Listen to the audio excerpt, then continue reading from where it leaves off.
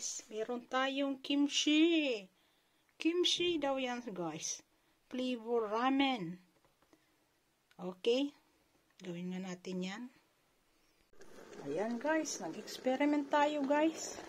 Yan. Linagay ko yung kimchi ramen natin. Yan. Alam nyo guys, kung anong linagay ko dyan?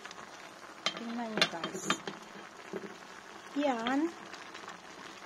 Linagay ko with veggies na may cabbage at saka may hipon. Inaluan ko siya ng hipon guys. Yan. May hipon siya dun sa ilalim.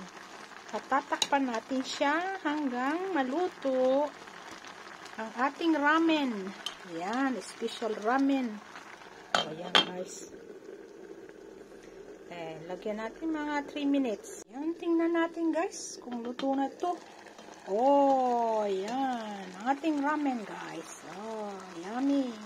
May siya, hipon sa loob, sa ilalim, with cabbage and shrimp. Oh, yan guys.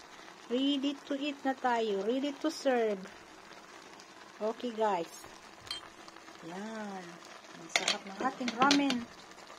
Maanghang yan guys. Oh, tingnan mo. Yan guys, mayroon tayong hipon, cabbage sa loob. Yan, hinaluan natin siya ng cabbage at hipon. Yan. Yan guys.